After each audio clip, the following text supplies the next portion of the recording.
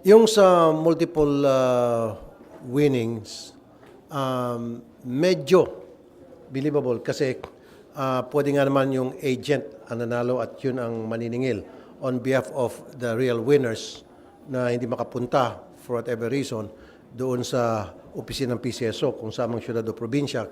Ang nakakapagtaka lamang para sa akin, paano nalaman ng agent na yon na kung kailan may mananalo ng ganong kalaking halaga, especially uniform yung pinapanalo at 225,000 eh. At na-concentrate ng particular sa butuan. At isa pa, bakit 500 pesos ang taya?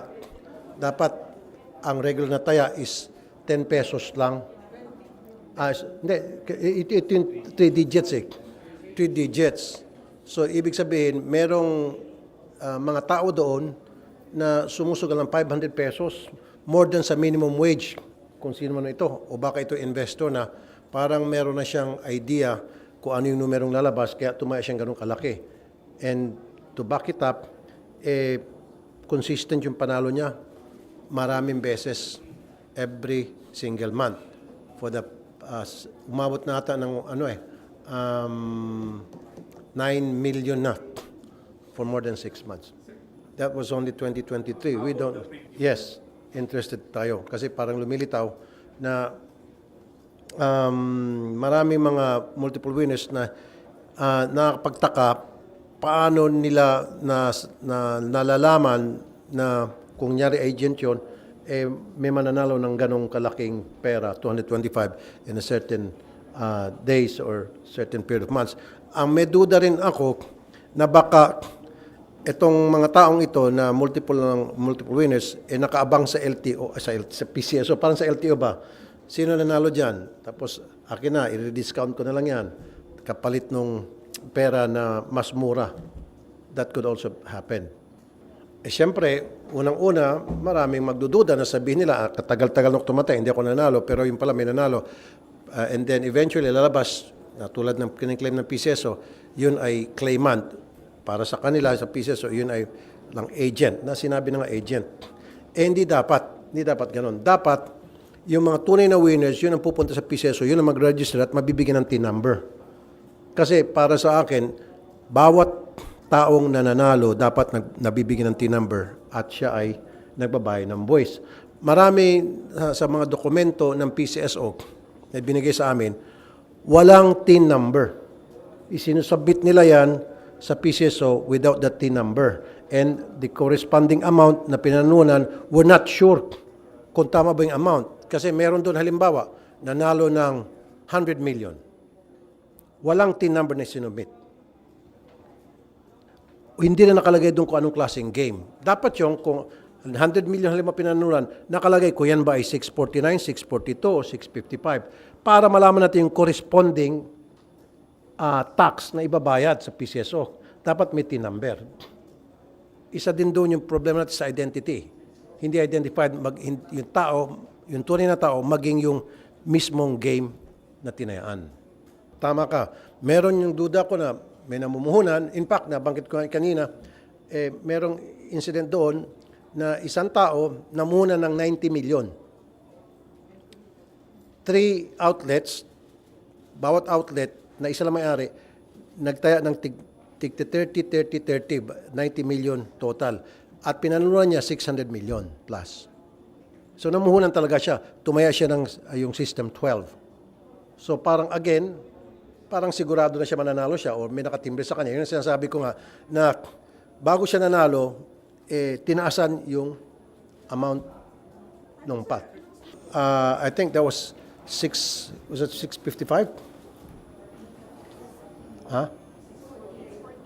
649. What date was it?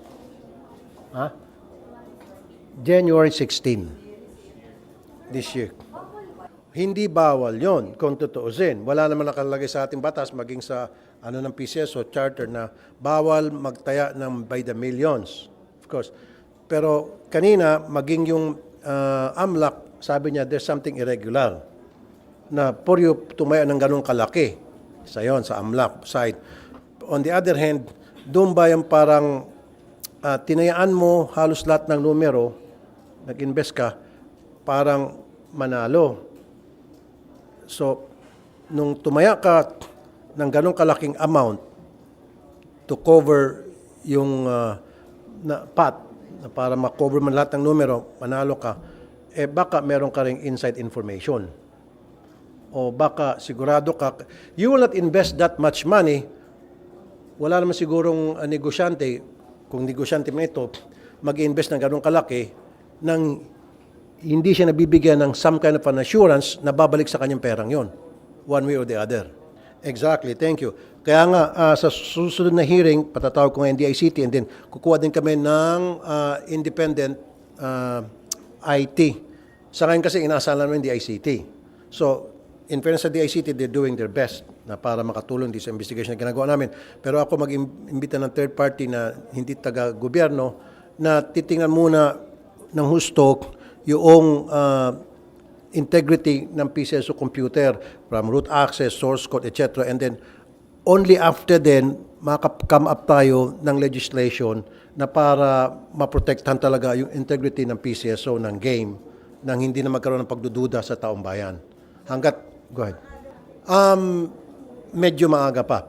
Although nandun yung pagdududa, and I don't blame the betting public na magkaroon ng duda at tumaas ang kilay, especially yung mga matatagal na tumataya for several years na at libo-libo na ang nagagastos at di pa tumatama. And then here comes people na multiple ang winnings each month. So hindi ko biniblame yung magdududa. So kailangan maalis natin doon sa betting public na loyal bettors ng PCSO, hindi pa nanalo, maalis yung duda nila sa PCSO nang sa gayon tuloy-tuloy pa rin yung kanilang pagtangkilik sa PCSO Lotto.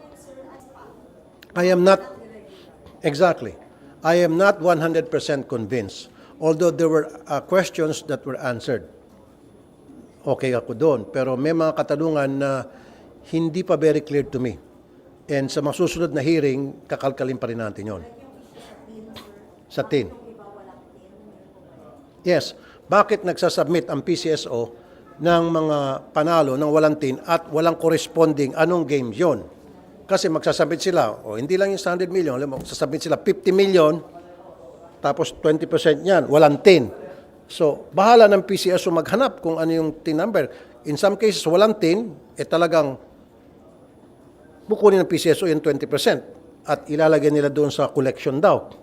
Now, okay lang yun. Napupunta sa collection, di ba? Come what may, hindi nabubulsa ng gobyerno at napupunta sa collection. However, ang point doon, baka yung nanalo na yun, taga-PCSO or bata-bata ng taga-PCSO. Di ba? There's a problem with the identity. At saka dapat yung game. Kasi malay mo baka hindi 50 million pinalo, baka ang pinanalo noon is 500 million. Tapos dineklaran 50 million ang panalo. Dapat 500. So doon sa 50 million dineklaran niya, 20% lang kukunin noon. Kung 500 million, di ba malaki sana? Ano ba yung 100 million? 20% yan, dapat 20 million mapupunta sa BIR. Ngayon, yung pala 500 million tinamaan yan. O dapat, hindi lang 20, 100 million dapat yung tax na mapupunta sa BIR, which hindi nangyari yon. At saka hindi pa natin identified kung sino yung taong yon. Malay natin, planted no ng kung sino yung Poncio Pilato sa PCSO. Halimbawa lang yon. Tinatanggap ng BIR, inamin nila kanina doon. In some cases, in fairness sa BIR, resourceful sila. Nagmamatching-matching sila at nagmamatch naman, yun nga pagtaka, tulad nung si person B. 0-0 ang sinabit sa BIR. Nandun naman sa records natin, di ba? Nakita yung 0-0. Ngayon, mabuti na lang BIR resourceful, nung tiningnan niya, nagmatch-matching sila, nakita nila yung TIN number. Ipapatawag yun sa susunod na hearing. Pero of course, executive session yun.